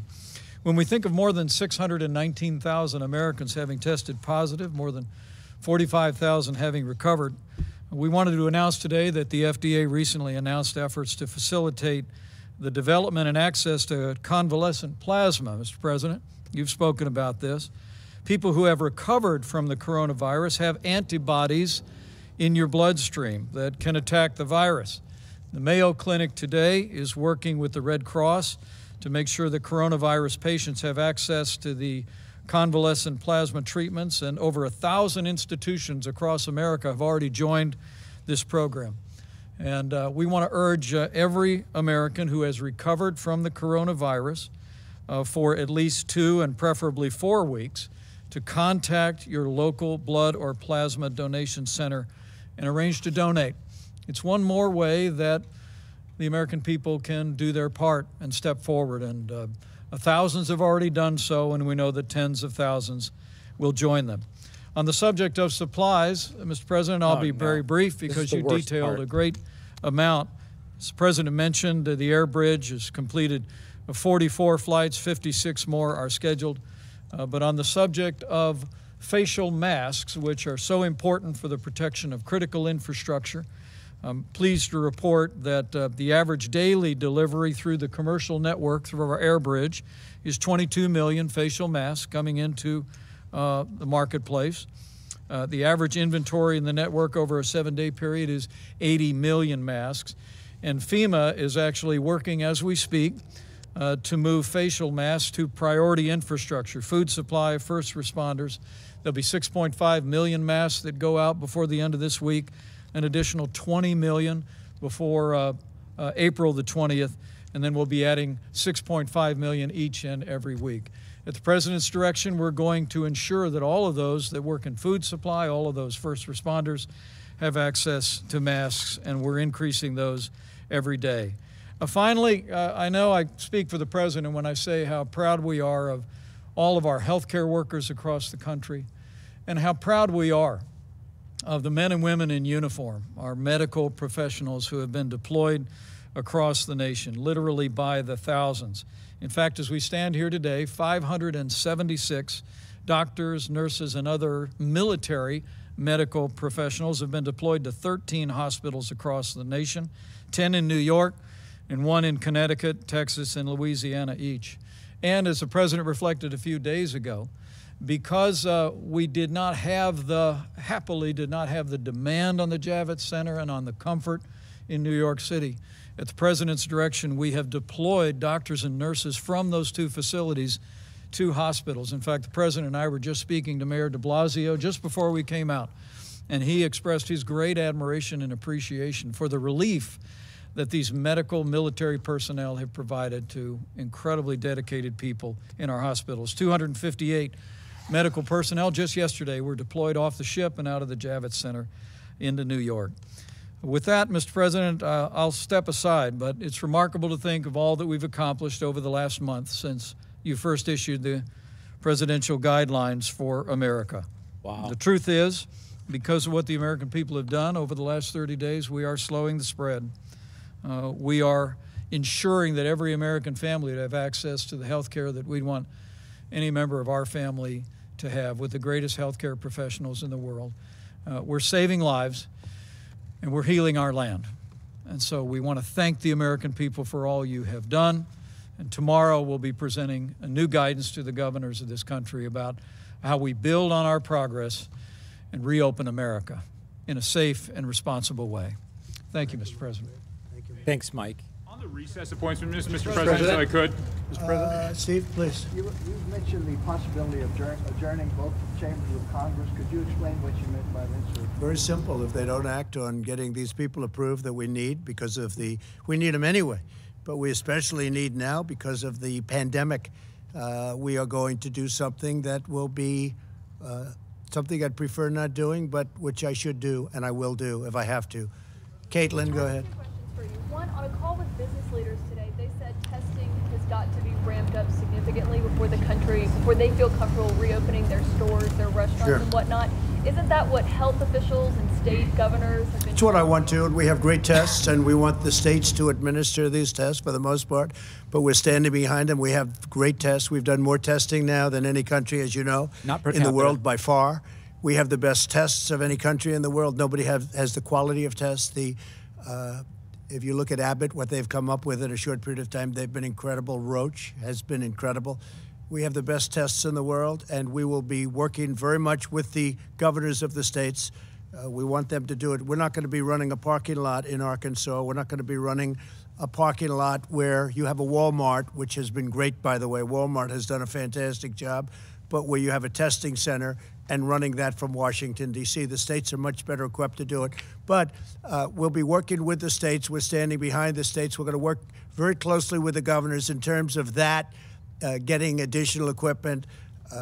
It used to be 3-4 weeks ago, 2 weeks ago, could we get more ventilators? More ventilators, right? And we got them ventilators, and you don't hear that anymore. It's pretty amazing what we've been able to do. Yeah, go ahead, John. Walmart, a lot of those testing centers are still for first responders, healthcare workers who have symptoms only. Can they get a mic on her? Widespread enough to where these companies can feel comfortable being open. Will that? Well, I think the companies will determine that, and the governors will determine that, and the federal government will do. And if we're not happy, we'll take very strong action against a state or a governor. If we're not happy with the job a governor's doing, we'll let them know about it. And as you know, we have very strong action we can take, including a close down. But we don't want to do that. We're working with the governors, and we're working closely with the governors. The relationship has been very good. Vice President has had a lot of conversations over the last 2 weeks with either 50 or almost 50 governors on every conversation, and they've been really positive conversations. We have the right to do whatever we want, but we wouldn't do that. But no, we would have the right to close down what they're doing if we want to do that. But we don't want to do that, and I don't think there'll be any reason to do that, but we have the right to do that. Steve, go ahead. Go ahead. You got me already. Mr. President, why did you have your name added to these coronavirus relief checks? Well, I don't know too much about it, but I understand my name is there. What a liar. I don't know where they're going, how they're going. I do understand it's not delaying anything. What a liar. And I'm satisfied with that. I don't imagine it's a big deal. I'm sure people will be very happy to get a big, fat, beautiful check, and my name is on it. Yeah, go ahead, please. Mr. President, go ahead, please. Please. Why please. Go ahead. Thank you, Mr. President. Dr. Birx just said that Rhode Island is seeing an increase in cases from people that are coming from Boston and New York. You just said you'd like to reopen some states before May 1. How will you stop a second spike in cases if people are traveling between states? How will you control the flow of people? Well, the governors can control that flow, as an example. In fact, I just saw a little while ago it was reported that so what he's saying is, borders are... if he tells states to open, they have to open. Controlling the flow and infection, that's up to the governors. Listen, states' rights, they got to figure it out. I read that about Rhode Island, so they have to watch it. They have to be very careful. Yeah, please, in the back. Mr. President, about reopening the country again. You said, along with other nations, what form would it take? Are you considering also relaxing the border between Canada and the U.S.? So our relationship with Canada is very good. We'll talk about that. It will be one of the early borders to be released. Canada's doing well. We're doing well. We'll see. But at some point, we'll be doing that. In the meantime, nations that are heavily infected, we have a lot of nations that are heavily infected. Some are getting better. Some are still on the way up, unfortunately. We're keeping very strong borders with those nations. But with Canada, we are talking about different things. Yeah, please. Mr. President, you said the evidence suggests that nationwide we have passed the peak on new cases. What's your evidence for that? What are the numbers saying? Well, all we're doing is looking at the numbers. We're looking at our graphs. We're looking at our models. We're getting a great response from Deborah and from Tony and from many of the professionals that are working. We have great professionals working with us. And I think based on that, we're doing very well. Based on that, plateaued. It looks like we're headed absolutely in the right direction. But some states are looking at other states and they're saying, I can't imagine what they're going through because they're not in that position. They're in very good shape. I would say that we have 20 states at least, but you really have 29 that are in extremely good shape. You have others that are getting much better. And I think with almost few exceptions, you have every state that is either doing better or on the way to doing better. Yeah, please. Yeah, go ahead. Yeah, thank you, Mr. President. On your threat to adjourn Congress, clearly you have the power, Article 2, Section 3, but that'd be quite radical to do. Earlier last month, you were in the Oval Office, talked about now is not the time for partisanship. How will that act lower the partisanship in this town, and could it potentially hinder your ability to get something done on coronavirus? Well, look, it's been a very partisan government for a long period of time, not just this administration. You can go back into the last two administrations. You've seen a lot of partisanship. And even now, you would think that we wouldn't have, as an example, with the paycheck plan. That's going so well. It's so smooth, so beautiful, almost without a hitch. All of that money is being distributed to small businesses. They're giving it to their employees. It's keeping them ready, viable, so when we open. And now it's been so good that it's almost depleted, and we want to replenish it. and we can't get the Democrats to approve it. And that's a program that they and everybody else admit that are great. So you do have partisanship. This is a total distortion. We have been trying for years to get people approved for positions. People have left. One man left a law firm.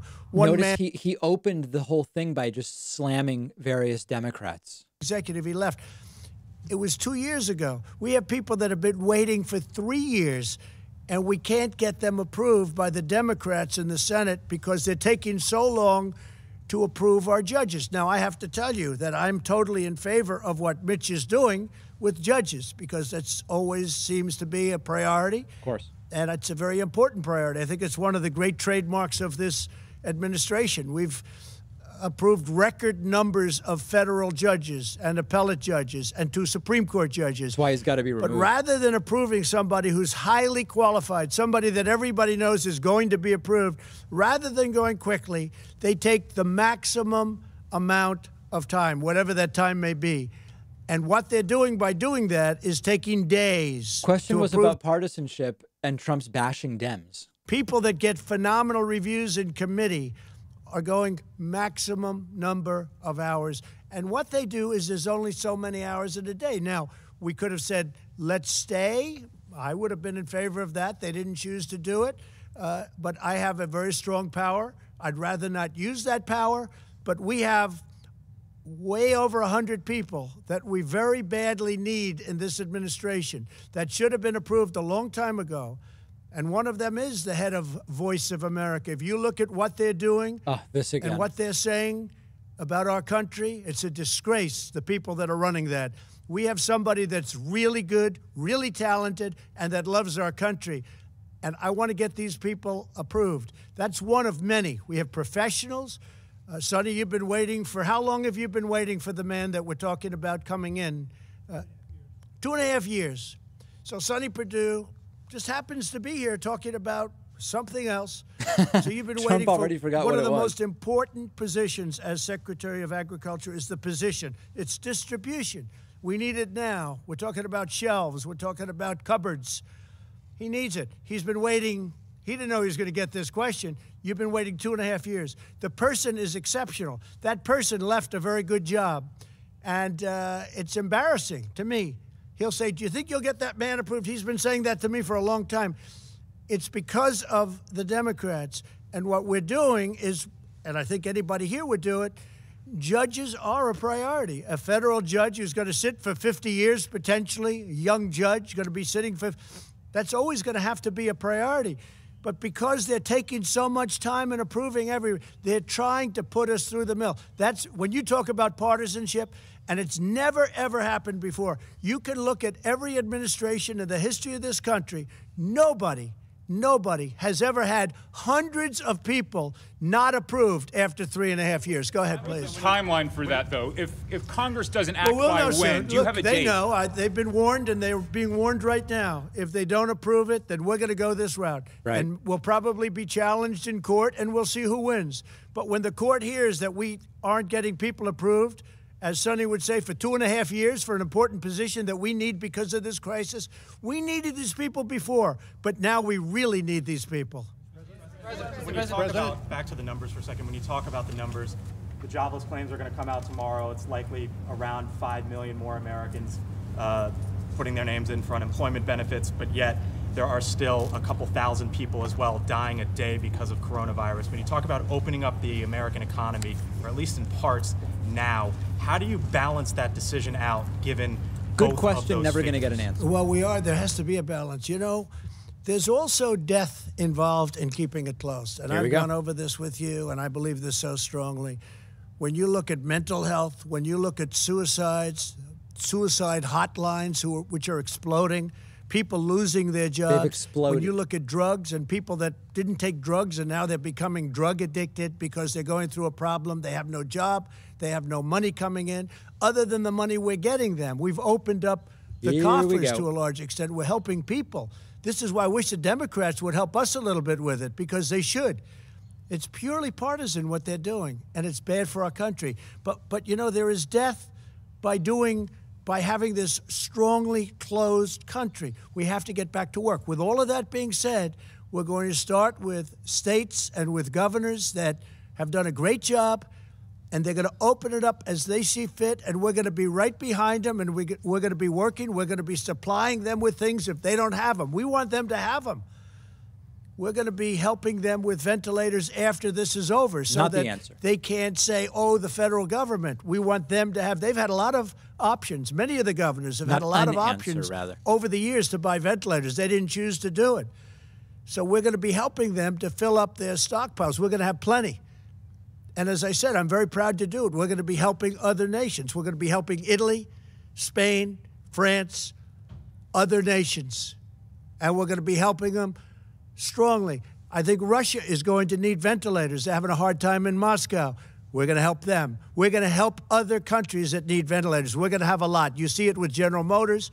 You see it with other companies that are producing. We're going to have hundreds of thousands of ventilators, and it's a great thing to have. Yes, in the back, please. Is anybody freezing? You know, it's very cold out here, so we can leave early, right? Okay, a couple of more. Go ahead, please. Thank you, Mr. President. Why do we have 20% of the world's deaths from the coronavirus when we're only 4% of the world's population? Well, you don't know what you have. Do you think you're getting honest numbers from some of these countries? Oh, do you really believe those numbers in this vast country called China? Oh, and that they have a certain number of cases and a certain number of deaths? Does anybody really believe that? Here's the story. We report everything. We're reporting the cases, and our reporting is good. We're reporting every death. In fact, I see this morning where New York added 3,000 deaths because they died, and they're now saying, rather than it was a heart attack, they're saying it was a heart attack caused by this, so they're adding. If you look at it, that's it. And everything we have is documented, reported. And what they are doing is, just in case, they're calling it this, and that's okay. That's okay. But we have more cases because we do more reporting. Question was about death. We have more cases because everything is down. Question was about does death. anybody really believe the numbers of some of these countries that you've been watching and you've been reporting on, and then it's like they didn't have the big thing? There have been some really, really bad, heavily in really some countries that are in big, big trouble. And they're not reporting the facts. Question was about that. And that's up to them. Not cases. All I know is we report the facts, and we're a country that's getting better. John, go ahead.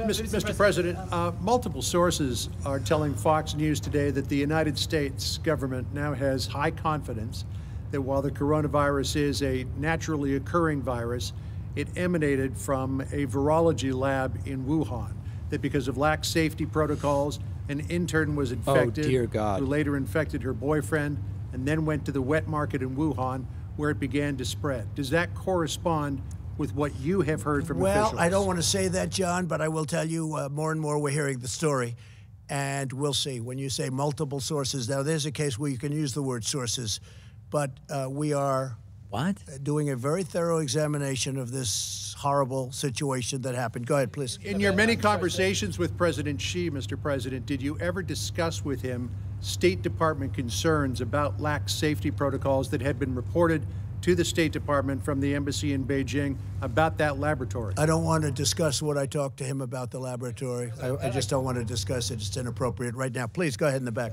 Tim Alvia from Channel 9 Australia. There have been calls in our country for Prime Minister Scott Morrison to make funding for WHO conditional on reforms to the organisation.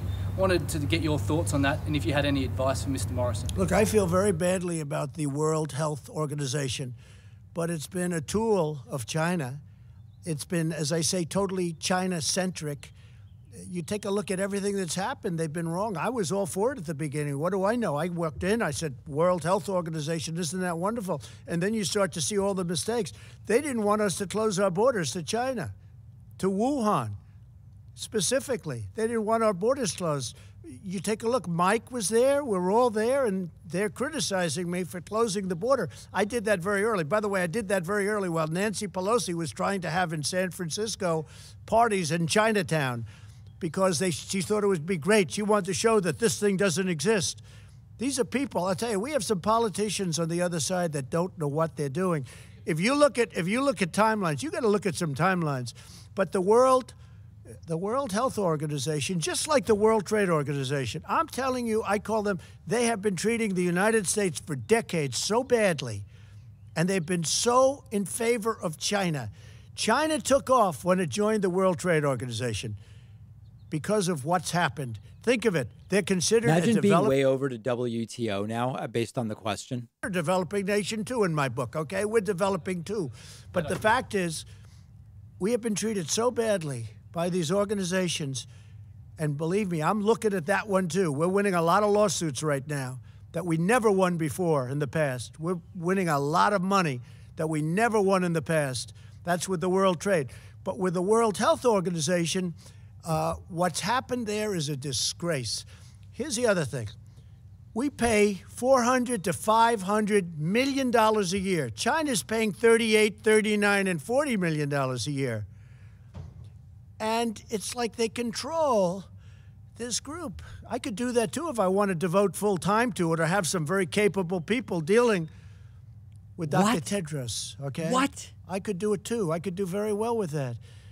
But there's something going on. There's something going on that's very bad. Now, the $500 million that we save, we're going to make a determination over a little period of time.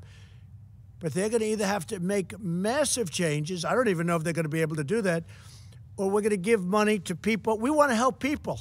You know, what we do in Africa with AIDS, people have no idea what we do and the money we spent. We were talking about it the other day, Doctor. We are spending billions of dollars to help people. In the case of one that Dr. Birx is very much involved in, AIDS, billions of dollars. And you know what? It's a great thing. Nobody talks about it. Nobody gives us credit. We do that, and we do it very directly. Dude, what are you talking about? We're spending billions of dollars to help people live, and all over the world. But we're spending $500 million to the World Health Organization. And it's like a runaway train where it's making no sense, but he can't stop. And very much involved. It's been going on for a long period of time, and we don't want to be the suckers anymore.